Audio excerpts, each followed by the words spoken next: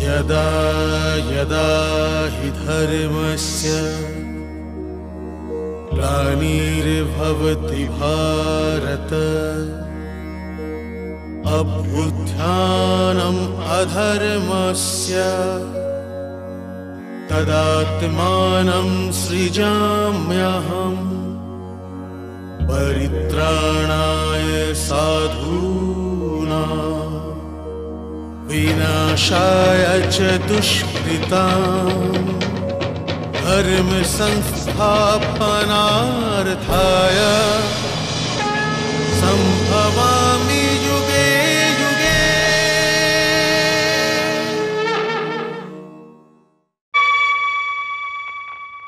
আজ না কোথাও স্নেহর নরম রোদ আছে, আর না কোথাও ক্ষমার কোমল ছায়া। আমি ক্রোধ, অপমান আর অহংকারের কুটিল জঙ্গলে একলা দাঁড়িয়ে রয়েছি, আর আমার আওয়াজের পা যেন কোনো চোরাবালির মধ্যে ধীরে ধীরে ডুবে যাচ্ছে। আর এবার তো এখন এই কথার সমাপ্ত হতেও অনেক দেরি আছে। সত্যি কথা বলতে কি, আমি আজ পর্যন্ত যা কিছু বলেছি সেটা তো কেবল ভূমিকা ছিল। এই কাহিনী তো কুরুক্ষেত্রতে শুরু হয়ে কুরুক্ষেত্রতেই শেষ হয়ে যাবে। শতাব্দীর ওড়না জড়িয়ে এগিয়ে চলা এই কাহিনী শুধুমাত্র ওই 18 দিনের আত্মকথা। হ্যাঁ, আরো একটা অন্য কথা, যে এই 18 দিন 18 শতাব্দীর থেকেও বড় হবে। কিন্তু কুরুক্ষেত্রে পৌঁছানোর পূর্বে আপনাদের জন্য যে দু একটা কথা বাকি রয়েছে সেটা জেনে নেওয়া খুবই আবশ্যক। না বলা কথার শীর্ষক হল শিখণ্ডী। ওই শিখণ্ডী যার নাম ওর পূর্বজন্মে অম্বা ছিল, কাশীর রাজকুমারী অম্বা, যাকে ওর দুই ছোট বোন অম্বিকা আর অম্বালিকার সাথে গঙ্গাপুত্র ভীষ্ম নিজের ছোট ভাই বিচিত্রবীর্যর জন্য হরণ করে এনেছিল। এবার তো আপনাদের ওই অম্বার কথা মনে পড়ে গেছে নিশ্চয়ই, যে হস্তিনাপুরের রাজ দরবারে গঙ্গাপুত্র ভীষ্মকে আহ্বান করে বলেছিল যদি ওকে জন্মের পর জন্ম নিতেও হয়, কিন্তু ওর এই অপমানের প্রতিশোধ নিয়েই ছাড়বে। অম্বার থেকে শিখণ্ডী পর্যন্ত এই অপমানিত আত্মা লম্বা যাত্রা করেছে। তবে আসুন আগে মহারথী শিখণ্ডীর শিবিরে যাওয়া যাক।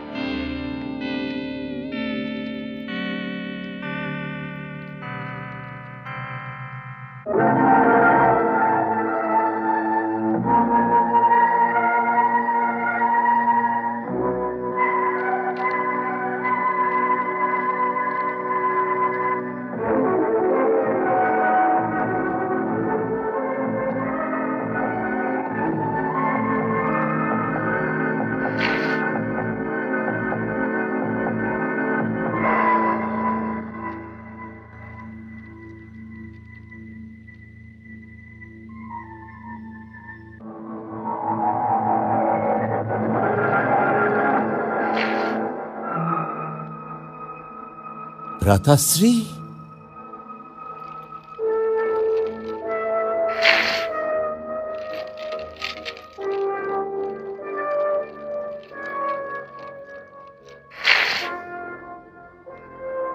ভ্রাতাশ্রী, এসো অনুজ। এই বাণ কার জন্য তৈরি করা হচ্ছে? ওই মহাযোদ্ধার অনেক নাম আছে অনুজ। দেবব্রত, গঙ্গাপুত্র, ভীষ্ম। আমার আত্মার মাথার উপর অপমানের হস্তাক্ষর। ওনার বত্ত আপনার পক্ষ থেকে আমিই করব ভ্রাতাশ্রী, আমিই করব। না অনুজ, অপমানের প্রতিশোধ তো স্বয়ং নিজেকেই নিতে হয়। উনি আমার ঋণী। আমি প্রত্যেক মুহূর্তের সাথে নিজের অপমানের কাহিনী নিয়ে বেঁচে রয়েছি। কাশীর রাজকুমারী অম্বা স্বয়ম্বরের ওই দিন আর এই দিনের পর চলে যাওয়া কোনো দিনই আজ পর্যন্ত মুছে যায়নি। লাগাতার এগিয়ে চলেছে, লাগাতার এগিয়ে চলেছে। আমি যদি চোখ বন্ধ করি তবে সেটা কাশীর সভা, আর আমার সামনে রাক্ষসীর মতো হাত উঠিয়ে উঠিয়ে হাসতে শুরু করে,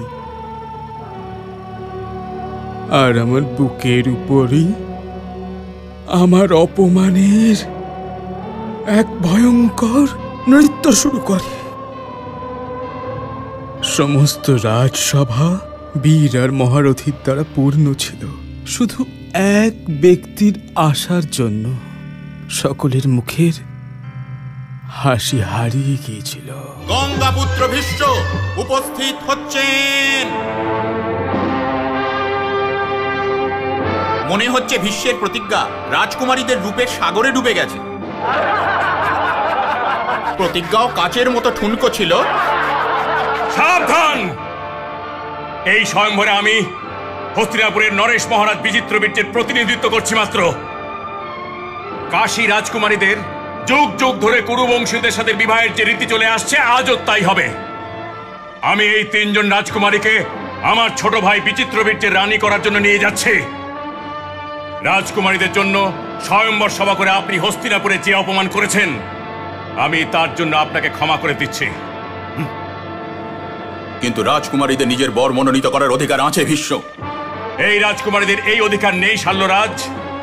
আর যদি থাকেও তবে আমি ছাড়া আর কেউ এই স্বয়ম্বর সভাতে বসার যোগ্যই নয়। ভীষ্ম, নিজের মুখের কথাতে লাগাম দিন।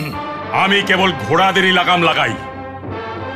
আর শাল্যরাজ, তুমি যদি আমার কাছে জীবন দান পেয়ে বেঁচে না থাকতে, তবে পূর্ণ সভাতে আমার ওপর কথা বলার জন্য কড়া দণ্ড তোমাকে দিতাম। আমি এই পূর্ণ সভাতে ঘোষণা করছি যে আমি রাজকুমারীদের নিতেই এসেছি আর সাথে নিয়েই যাচ্ছি।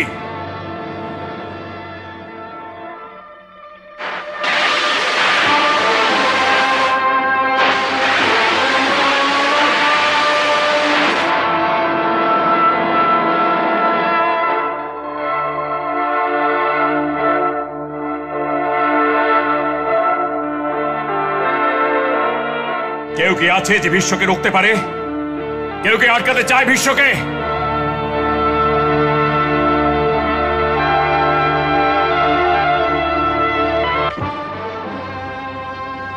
রাজকুমারীদের যাবার আজ্ঞা দিয়ে দিন কাশী নরেশ।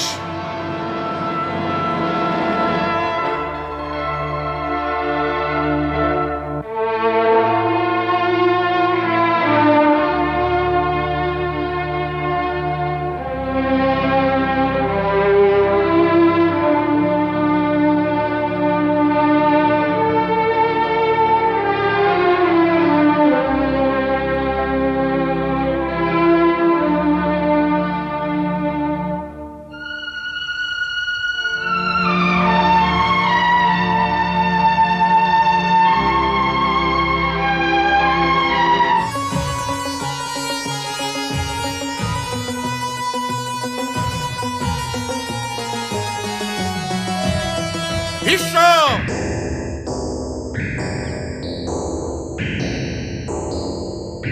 সারথি, রথ ঘোরাও।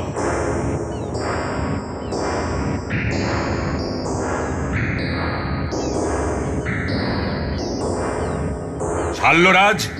হ্যাঁ, আমি শাল্য।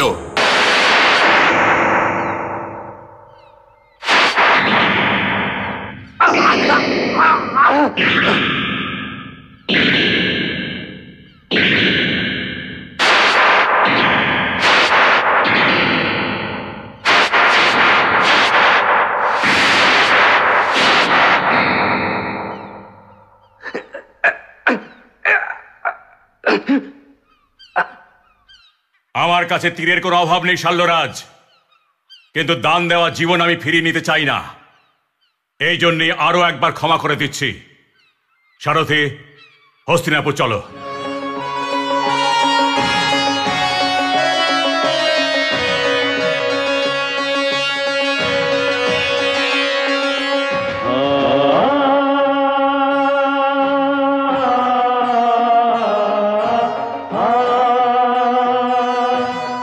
আমি কি একটা মিনতি করতে পারি রাজমাতা?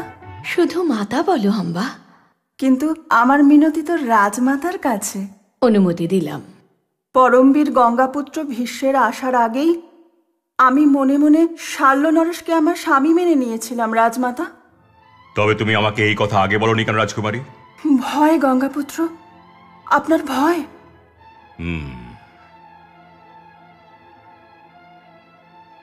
তবে তো বিচিত্রবীর্যের বিবাহ অম্বার সঙ্গে হওয়া সম্ভব নয় মাতা। তুমি ঠিকই বলেছ ভীষ্ম। তুমি নিশ্চিন্ত থাকো রাজকুমারী, তোমাকে আদরের সাথে শাল্য পাঠানোর ব্যবস্থা করে দেওয়া হবে। বিশ্বকে বলে দেবে আমি হেরে যাওয়া বস্তু দান হিসেবে স্বীকার করি না। আর ওনাকে এটাও বলে দেবে যে রাজকুমারীকে এখানে পাঠিয়ে উনি আমায় অপমান করেছেন। আমাকে অপমান করেছেন গঙ্গাপুত্র ভীষ্ম? না উনি আমাকে শাল্য নরেশের কাছে পাঠাতেন, আর না আমার এত বড় অপমান হতো। এই কারণে গঙ্গাপুত্র ভীষ্মকে আদেশ করুন যে উনি নিজের ক্ষত্রিয় ধর্মের পালন করুন আর আমাকে নিজের স্ত্রী রূপে স্বীকার করুন। মহারাজের জয় হোক, কিন্তু আমি প্রতিজ্ঞাবদ্ধ আছি মহারাজ, আমি বিবাহ করতেই পারবো না। বিবাহ করতে পারবেন না? কাশী থেকে এখানে এনেছেন কেন?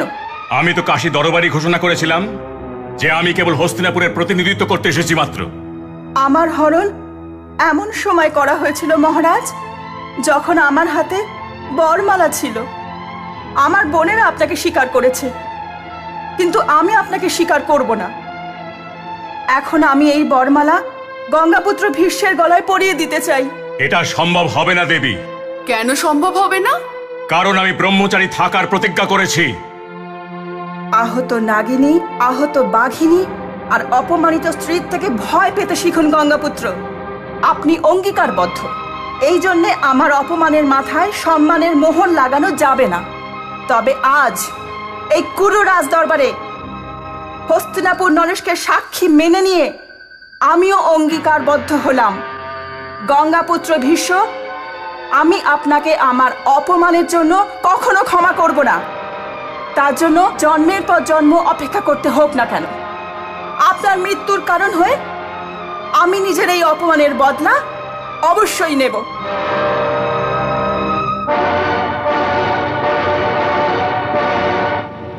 অম্বা অপমানের আগুন নিজের আঁচলের মধ্যে নিয়ে তপস্বীদের এক আশ্রমে গিয়ে পৌঁছায়।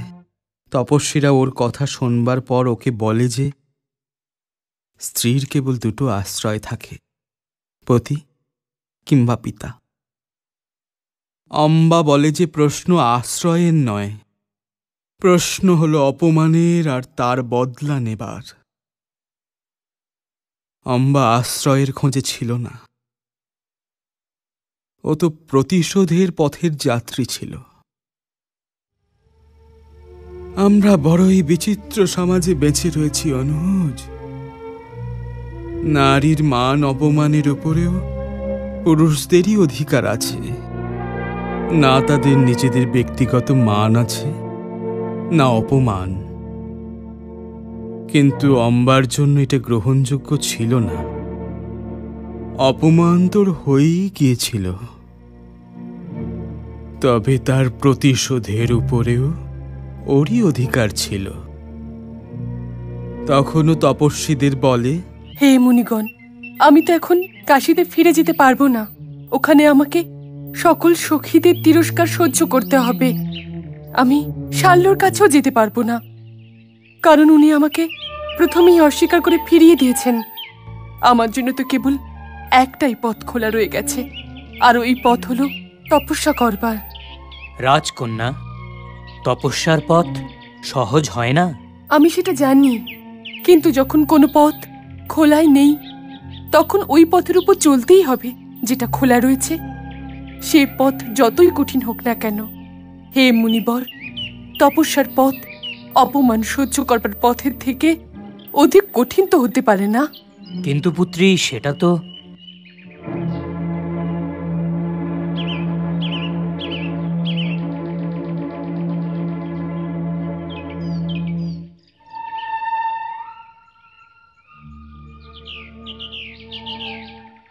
হে পরম তপস্বী রাজর্ষি হত্রবাহন, আপনাকে হার্দিক স্বাগত। আসন গ্রহণ করুন।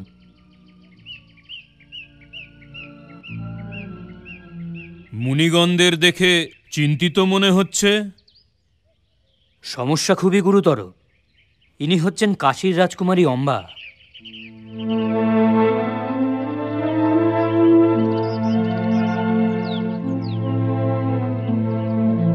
অম্বার কথা শোনার পর রাজর্ষি হত্রবাহন চুপচাপ হয়ে যান।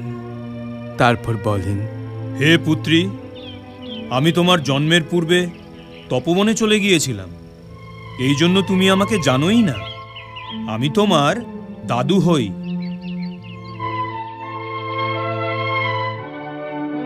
তুমি তোমার পিতার ঘরে যেও না, তুমি বরং পরশুরামের কাছে চলে যাও।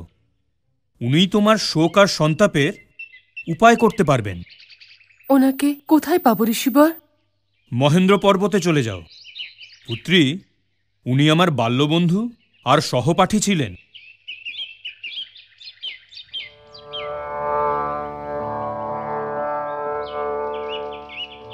দীর্ঘজীবী হও।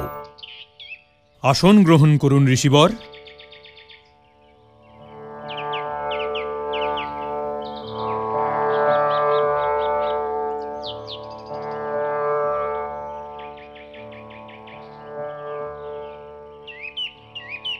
হে ব্রহ্মঋষি, ও আমার পৌত্রী অম্বা,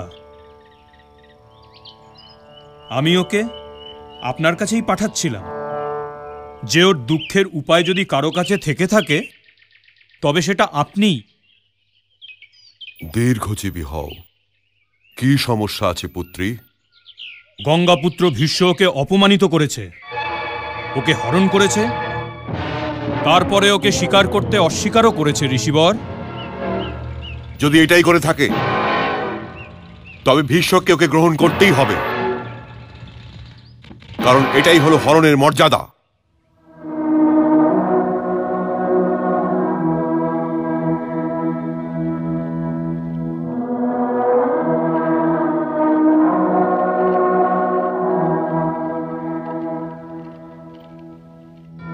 প্রণাম। এক ব্রাহ্মণ আপনার দর্শনের অভিলাষী।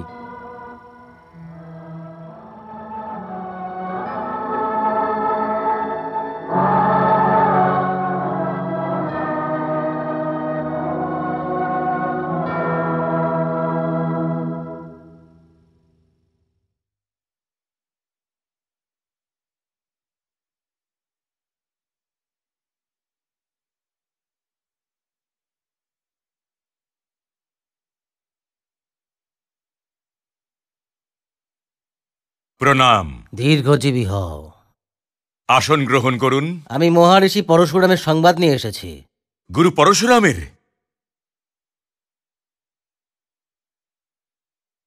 কি আদেশ গুরুদেবের? উনি বলে পাঠিয়েছেন যে কোনো বিশেষ কাজে উনি এখানে এসেছেন, আর ওনার ইচ্ছে যে আপনি ওনার এই কার্য করে দিন।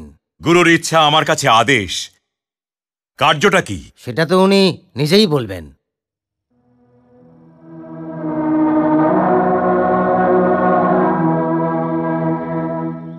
যখন তুমি ওকে বিবাহই করবে না, তখন তুমি কাশীর রাজকুমারী অম্বাকে হরণ কেন করেছিলে?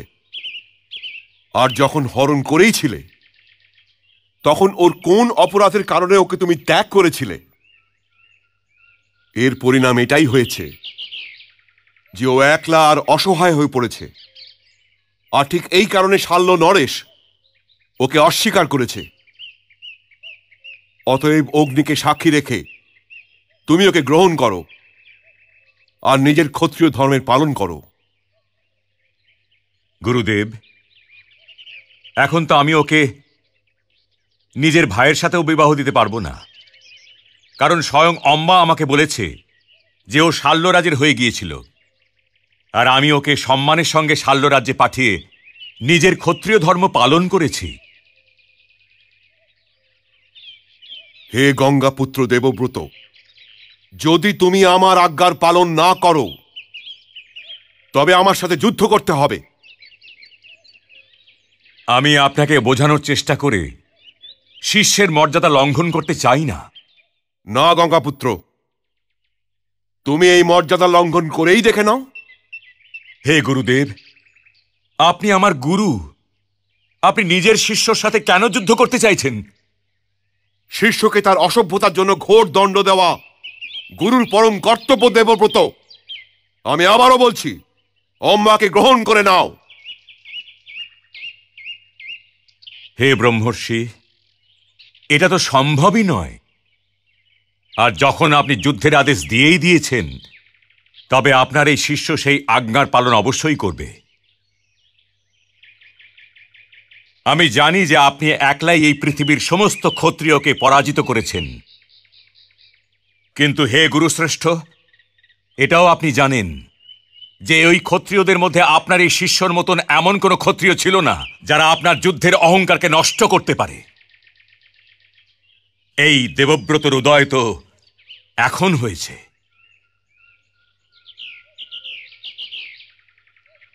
তবে তুমি কুরুক্ষেত্রের দিকে চলো, একটু আমিও দেখি যে আমি আমার শিষ্যকে কেমন শিক্ষা দিয়েছিলাম। যথা আজ্ঞা গুরুদেব, যথা আজ্ঞা।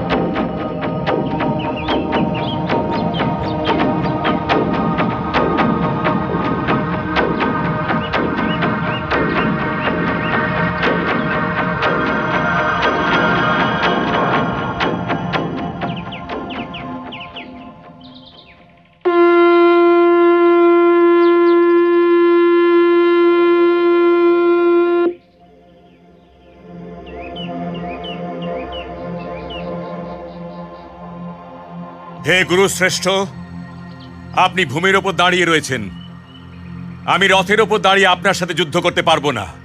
যদি আপনি আমার সাথে যুদ্ধ করতে চান তবে কবচ ধারণ করে রথে চড়ে আসুন। এই ভূমি আমার রথ, মেঘ আমার অশ্ব, পবন আমার সারথি, বেদ মাতা গায়ত্রী, সাবিত্রী আর সরস্বতী আমার কবচ।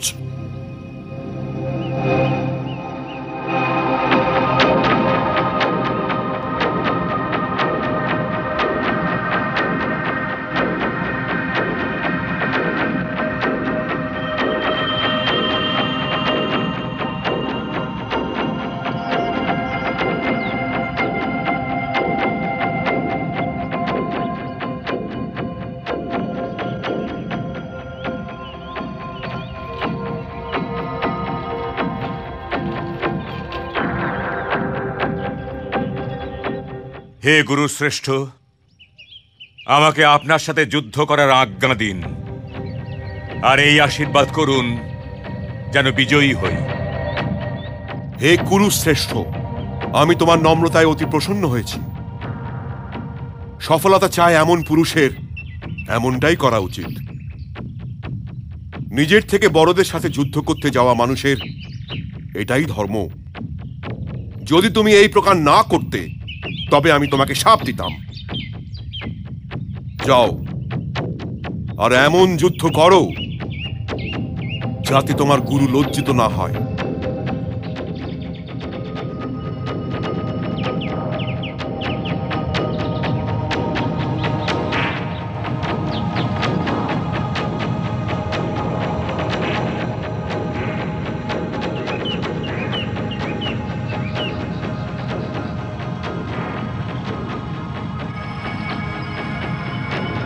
সাবধান, সাবধান।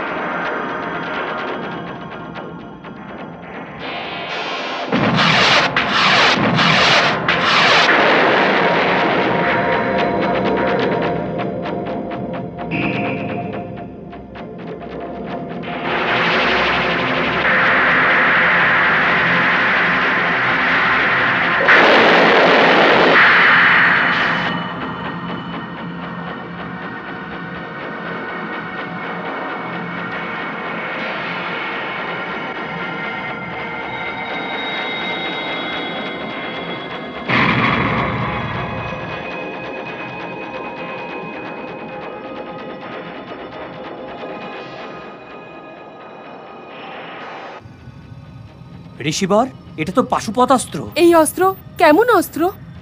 এটা অব্যর্থ অস্ত্র পৌত্রী, আর একে প্রয়োগ করবার বিধি গঙ্গাপুত্র ছাড়া আর কারোর জানাই নেই। যদি উনি এই অস্ত্রের প্রয়োগ পরশুরামের উপরে করে দেন তবে ওনার পরাজয় নিশ্চিত।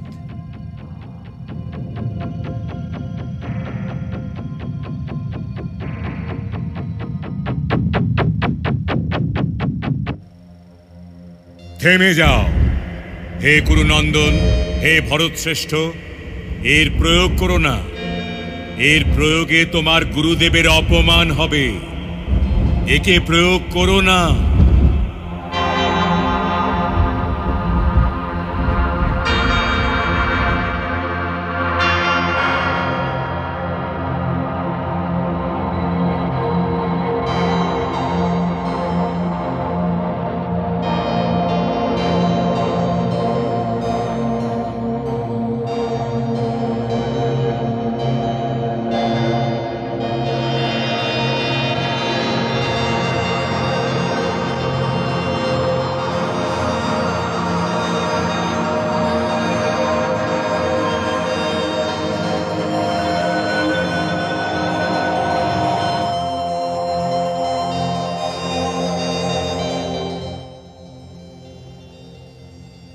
হে শ্রেষ্ঠ শিষ্য, হে গঙ্গাপুত্র, হে অতিরথী, হে ভীষ্ম, আজ তুমি নিজের গুরুকে পরাস্ত করে দিয়েছ। এখন আর এই সংসারে কোনো গুরু তোমার মতন শিষ্য পাবে না। কিন্তু হে পুত্র, এখন আমি আর রণভূমি থেকে পিছু হটতে পারি না। সেই জন্য হয় আমাকে বধ করো, কিংবা তুমি ফিরে যাও।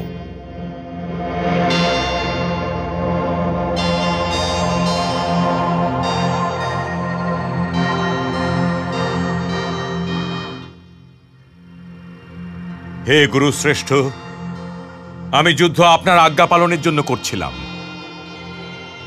আর এখন যদি আপনার আদেশ এটা হয় যে আমি ফিরে যাই, তবে আমি ফিরেই যাব। প্রণাম।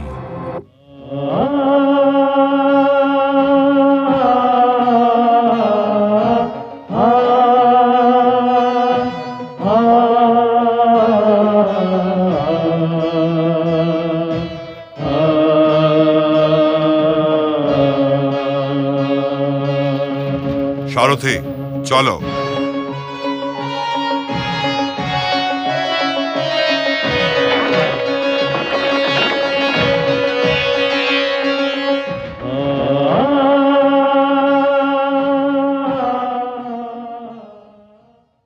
হে অনুজ, স্বয়ং আমি পরশুরামকে ওই ভীষ্মর সামনে অসহায় হতে দেখেছিলাম।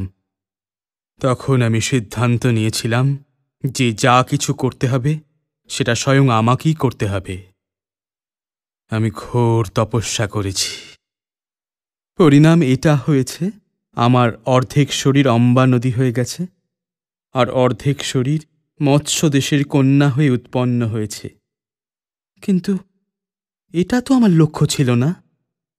আমি আবার তপস্যার পথ ধরলাম, আর স্বয়ং মহাদেবের কাছ থেকে এই বর পেয়েছিলাম যে আমি ভীষ্মর মৃত্যুর কারণ হতে পারব। তখন আমি বলেছি, হে ঈশ্বর, আমি তো নারী, আমি ভীষ্মের মতো একজন অতিরথীর বধ কি করে করতে পারব? তখন মহাদেব বলেছিলেন যে তুমি পুরুষত্ব প্রাপ্ত করবে, আর দ্বিতীয় শরীর পাওয়ার পরেও এই সব কিছু মনে থাকবে। তুমি দ্রুপদের ঘরে জন্ম নেবে আর মহারথী হবে। আর হে প্রিয় অনুজ, মহাদেবের সেই বরদান তোমার সামনে দাঁড়িয়ে।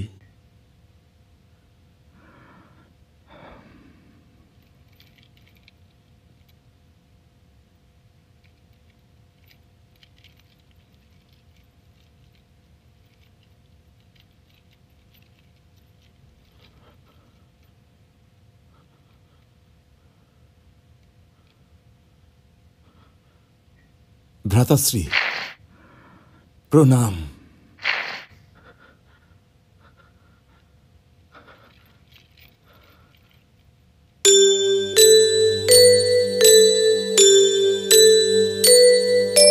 পণ পূরণ না করতে পেরে জীবন হয়ে গেল শেষ।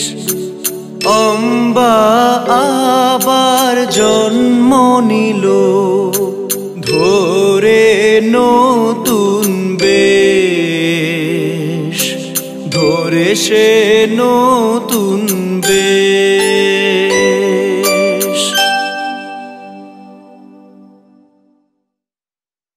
আমি এটা চাই না মাতা যে রণভূমি সজ্জিত হোক আর আমাকে দুর্যোধন আর যুধিষ্ঠির দুজনের কোনো এক পক্ষে যুদ্ধ করার সিদ্ধান্ত নিতে হয়। তাই আমায় পথ দেখান মাতা, আমাকে সহায়তা করুন।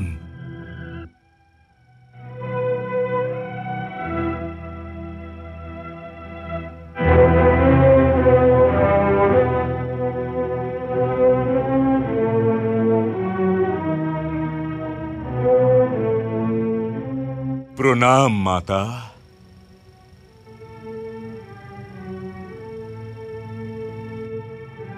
আমার কি কোনো ভুল হয়েছে মাতা? তুমি কাপুরুষের মতন সংকটের প্রত্যেক মুহূর্তে মায়ের কাছে কেন চলে আসো পুত্র? যে প্রতিজ্ঞা তুমি করেছো আমাকে জিজ্ঞাসা না করে করেছো। নিজের পিতা আর হস্তিনাপুরকে যে অঙ্গীকার তুমি দিয়েছো আমাকে জিজ্ঞাসা না করে দিয়েছো। তবে তুমি নিজের প্রতিজ্ঞা আর নিজের অঙ্গীকারের পরিণামের সামনে দাঁড়াও পুত্র। যথা আজ্ঞা মাতা, যথা আজ্ঞা। আর আমি কখনো আসবো না মাতা, এবার স্বয়ং আপনাকেই আসতে হবে, আপনাকেই আসতে হবে। প্রধান সেনাপতির জয় হোক। আচার্য দ্রোণ উপস্থিত হচ্ছেন।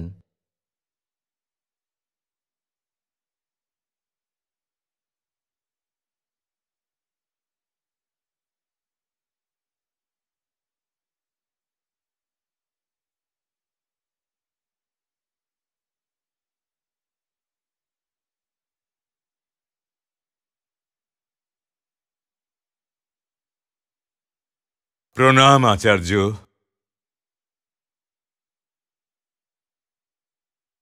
আসন গ্রহণ করুন।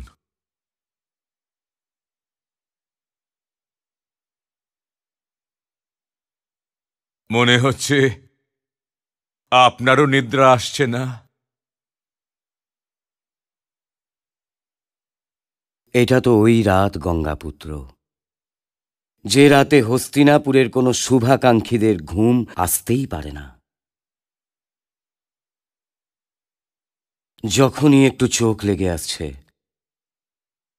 তখনই পাণ্ডবদের ছেলেবেলার দুষ্টুমি সামনে এসে দাঁড়িয়ে যাচ্ছে, আর ওরা প্রশ্ন করছে আমাকে,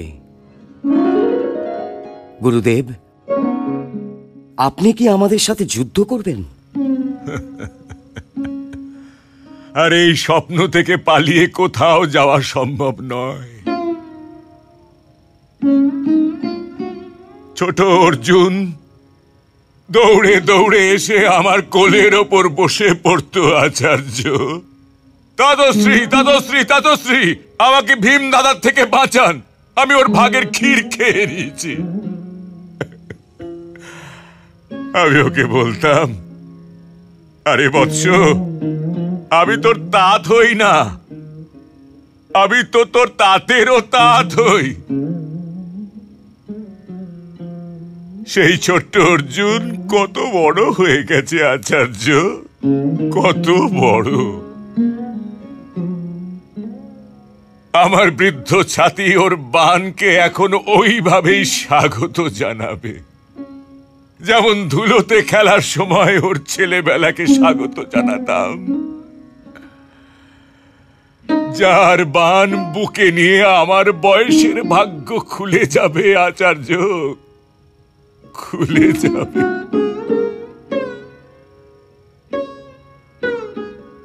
এই যুদ্ধর পরীক্ষা গঙ্গাপুত্র, পরীক্ষা।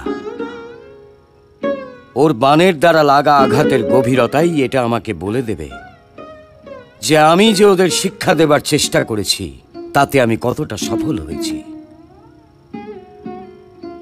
একদিন আমি ওকে বলেছিলাম, গঙ্গাপুত্র, হে বৎস, যদি কখনো এমন হয় যে কোনো যুদ্ধতে তোমাকে আমার মুখোমুখি দাঁড়াতে হয়, তখন আমার দিকে হালকা বান চালিও না, কারণ আমি তোমার গুরু। আর মহাদেবের দিব্যি যদি আমি এমন করতে ওকে দেখি, তবে ওই কুরুক্ষেত্রতেই বলে দেব যে ও আমার শিষ্য হওয়ার যোগ্যই নয়। ও আপনাকে এটা বলবার অবকাশ দেবে না আচার্য। আমার প্রিয় অর্জুন আপনাকে এটা বলবার অবকাশ দেবে না।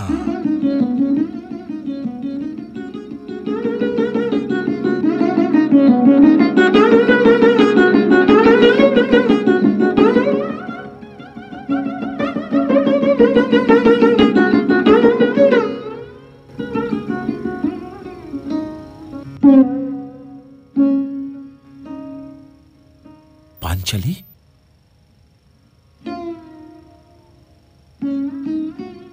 আমাকে দেখে আশ্চর্য হলেন নাকি? হ্যাঁ, রণভূমিতে তোমার কি কাজ? এই জন্য তো আমরা তোমাদের সবাইকে উপলব্ধতে রেখে এসেছিলাম। গান্ডীবধারী অর্জুন কি এটা ভুলে গেছেন যে এই যুদ্ধ কেবল কুন্তিপুত্রদের নয়, এই যুদ্ধ আমারও। আর আমি স্বয়ং আমার সেনাও, আবার সেনাপতিও। আমার এই খুলে থাকা কেশ আমার শস্ত্র। আর তাছাড়া আমি সর্বশ্রেষ্ঠ গদাধর কুন্তিপুত্র ভীমকেই কষ্ট দিতে চাই না, যে উনি নিজের হাতে দুঃশাসনের ছাতির রক্ত নিয়ে উপলব্ধ পর্যন্ত যান। ওর সমস্ত রক্ত তো ওখানে পৌঁছানো পর্যন্ত ওর হাত থেকে পড়েই যাবে। আপনি কি এটা চাইছেন যে আমার খোলা কেশ খোলাই থেকে যাক? পাণ্ডব শিবিরে বসে আমি কুন্তিপুত্র ভীমের প্রতীক্ষা করব। আর জ্যেষ্ঠ কুন্তিপুত্র কি কোনো ঠিক আছে? কে জানে, কখন ওর মন বদলে যায়। আর উনি আপনাদের সবাইকে বলেন যে ক্ষমাই ধর্ম আর ধর্মই ক্ষমা। আমি ধর্মের এই পরিভাষা আর আপনাদের মাঝখানে ততক্ষণ দাঁড়িয়ে থাকব যতক্ষণ আমার এই কেশ বাঁধতে না পারব। আগুনে অগ্নি কন্যা নিভতে যে না চায়, অগ্নিমূর্তি প্রতিশোধের শৌর্য শক্তি হয়ে যায়। কুরুক্ষেত্রের এই যুদ্ধেরই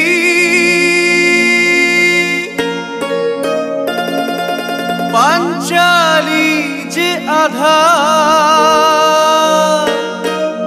সেই হয়েছে ঢাল আর